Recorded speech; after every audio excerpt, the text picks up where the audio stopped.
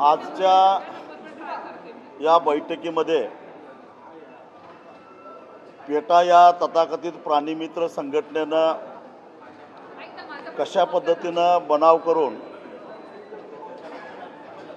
या हत्ती हे सर्वच हत्ती ही वनताराकडे जावेत यासाठी प्रयत्न केलं त्या आम्ही कागदोपत्रानिशी या बैठकीमध्ये दाखवून दिलं।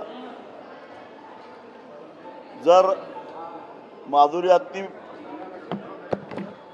ही फिजिकली फिट आहे असे वेगवेगळे 8 रिपोर्ट असताना मग ती नेमकी 48 तास प्रवास केल्यानंतर तिथं पोचल्यावर अनफिट कशी झाली, तिला मल्टिपल फ्रॅक्चर कसं झालं, संधिवात कसा आला, या प्रश्नाचं उत्तर वनताराकडून शासनानं घ्यावं अशी मागणी केली।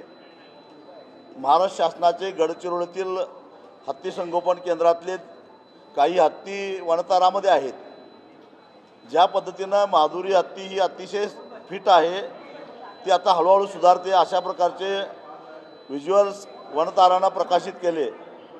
त्या पद्धतीनं आपल्या गडचिरोलीतील गेलेल्या हत्तींची अवस्था काय झाली याची चित्रफित वनतारा का प्रकाशित करत नाही।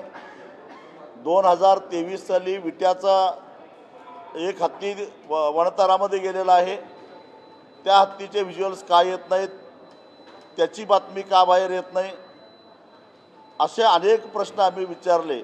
एकूणच वनतारा आणि पेटा हे दोन्ही संशयाच्या भोवऱ्यात आहेत।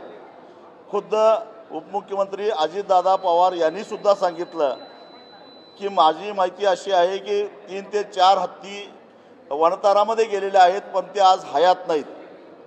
मग याचं कधीतरी याची माहिती घ्यावी लागेल। एकूणच काहीतरी खोटानाटा बनाव करून व्यवस्थेला विटीस धरून प्रशासनाला वाकवून न्यायव्यवस्थेची दिशाभूल करून अशा प्रकारचे महाराष्ट्रातले हे जे हत्ती नेले जात आहेत, केवळ महाराष्ट्रातले नाही सीमा भागातल्याही हत्तींच्या मागे ते लागलेले आहेत।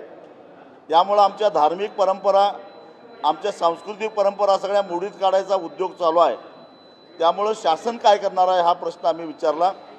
त्यावेळी मुख्यमंत्र्यांनी सांगितलं की या माधुरी हत्तीच्या निमित्तानं पुन्हा एकदा सुप्रीम कोर्टामध्ये रिव्ह्यू पिटिशन मठाच्या माध्यमातून करण्यात यावं आणि महाराष्ट्र सरकार त्याला इंटरव्हेन्शन त्याच्यामध्ये पार्टीवेल इंटरव्हेन्शन पिटिशन दाखल करेल आणि ही सर्वसामान्य जनतेची जी काय जनभावना आहे ती महाराष्ट्र शासनाच्या माध्यमातून सुद्धा आम्ही मांडू आणि यदाकदाचित हे जे पाळीव हत्ती आहेत, कॅप्टिव्ह हत्ती आहेत, त्यांच्यासाठी उपचाराची त्यांना संवर्धनाची जबाबदारी राज्य सरकार घेईल।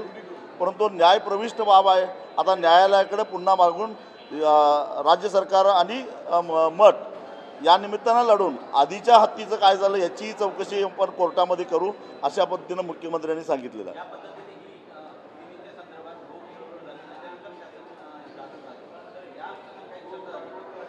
दुर्दैवानं जनता रस्त्यावर आल्यावर मग शासन जागं झालेलं आहे। शासन आधी जागं व्हायला पाहिजे होतं, कारण राज्य शासनाचे हत्ती संगोपन केंद्रातले सुदृढ हत्ती आजारी आहेत असा बनाव करून नेलेले आहेत आणि माझी अशी माहिती आहे की त्या हत्तींची तब्येतसुद्धा आता फारशी चांगली नाही आहे। एवढंच नव्हे, त्रिपुरातून आसाममधून सुद्धा मोठ्या प्रमाणामध्ये हत्ती आलेले आहेत आणि तिथल्या प्राणीमित्रांनी रोहित चौधरी नावाच्या एका प्राणीमित्रानं HPCLला सुद्धा काही प्रश्न केलेले आहेत की तुम्ही अशा प्रकारचे तुम्ही हत्ती नेले, त्याचं काय झालं। जवळजवळ 3000 किलोमीटरचा प्रवास करून हे हत्ती अगदी नॉर्थ ईस्ट म्हणजे हिमालयाच्या कुशीतून जामनगरसारख्या वाळवंटी प्रदेशामध्ये कसं काय नेऊ शकता आणि त्यावेळी HPC त्याला कशी काय परवानगी देते असे प्रश्न उपस्थित केले आहेत। पण त्या चौधरींच्या प्रश्नाला सुद्धा HPCनं कधीही उत्तर दिलं नाही। HPC हीच मुळात बोगस कमिटी आहे निवृत्त न्यायाधीशाच्या अध्यक्षतेखालची आणि हे सगळे उद्योग करतायत असं आमचं स्पष्ट मत आहे। या निमित्तानं ही सगळी चर्चा झाली पाहिजे। एक तर 5 महिन्याची गरोदर असणारी हत्तींसुद्धा 3000 किलोमीटर प्रवास करून आणण्यात आलेला आहे। म्हणजे खऱ्या अर्थानं प्राण्यांचा छळ हे पेटा करतंय, प्राण्यांचा छळ हे वनतारा करतंय आणि पाळीव हत्ती ज्यांनी श्रद्धेने पाळतात, हत्तीला देव मानतात लोक, त्यांच्यावर विनाकारण आळ घेतला जातो असं आमचं मत आहे।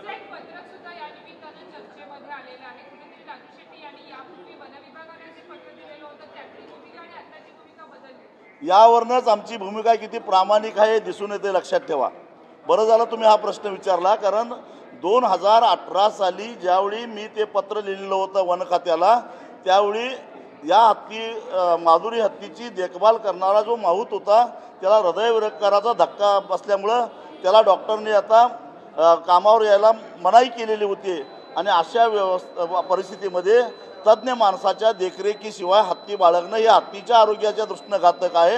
आणि हा हत्ती गर्दीमध्ये असतो, लोकांच्या आरोग्याचा सुरक्षतेचा प्रश्न आहे. आणि म्हणून आम्ही पत्र वन खात्याला असं लिहिलेलं होतं की आम्हाला दुसरा माहूत मिळेपर्यंत तात्पुरत्या स्वरूपामध्ये गडचिरोलीमध्ये आमचा हत्ती ठेवा, आमच्या खर्चानं तिथं हत्ती सोडतो आणि आम्हाला माहूत मिळाल्यानंतर आमच्या खर्चानं घेऊन जातो, असं ते पत्र होतं.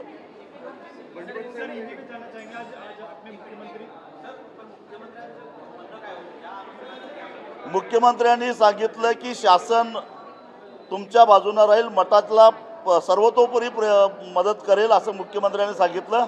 आम्ही काही दिवस वाट बघू, परंतु एक सांगतो, आम्ही आता जो काय लढा सुरू केलेला आहे तो अजिबात थांबणार नाही. जोपर्यंत आमचा हत्ती मिळणार नाही तोपर्यंत आम्ही रिलायन्स उद्योग आणि जिओवरचा बहिष्कार आमचा कायम राहणार. उलट त्याची व्याप्ती आम्ही वाढत जाणार आहोत, कारण कर्नाटकातल्या सीमा भागातल्या 3 हत्तीवर आता पेटानं चौकशी केली आहे. हे तिन्ही हत्ती एक लिंगायत समाजाचा आहे, एक जैन समाजाच्या मठाचा आहे आणि एक धनगर समाजाच्या मठाचा आहे. आम्ही ही मोहीम मागे घेणार नाही.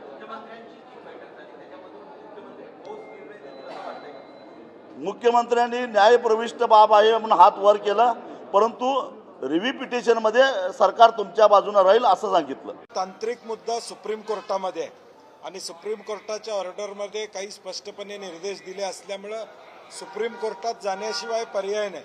HPC पुढे जाऊन त्याचा मार्ग निघणार नाही आणि म्हणून मठसंस्थान हे सुप्रीम कोर्टामध्ये जाईल. सरकार सकारात्मक बाजू तिथं मांडेल असं आम्ही सरकारला विनंती केलेलं आहे. आम्हाला तीच अपेक्षा सरकारकडून आहे, कारण की सरकारच्या वन खात्याचे रिपोर्ट जे आहेत त्या रिपोर्टवरच HPCनं निर्णय घेतला, सुप्रीम कोर्टानं त्याच्यावर शिक्कामोर्तब केला. त्यामुळे या सगळ्या प्रकरणामध्ये गव्हर्नमेंटची भूमिका, सरकारच्या वन खात्याची भूमिका ही अत्यंत महत्त्वाची असणार. ही भूमिका जर सक्षमपणे सरकारनं मांडली सुप्रीम कोर्टात तरच हा हत्ती मिळायला आम्हाला मदत त्या ठिकाणी होणार आहे. आणि म्हणून बॉल आता सुप्रीम कोर्टामध्ये गेल्यानंतर सरकार कशा पद्धतीनं भूमिका मांडते, आज तरी सकारात्मक भूमिका सरकारनं घेतलेलं आहे. आम्ही त्याचं निश्चितपणे स्वागत करतो आणि लवकरात लवकर हा हत्तीने मठामध्ये मिळावी एवढीच आम्हा सगळ्यांची अपेक्षा असणार.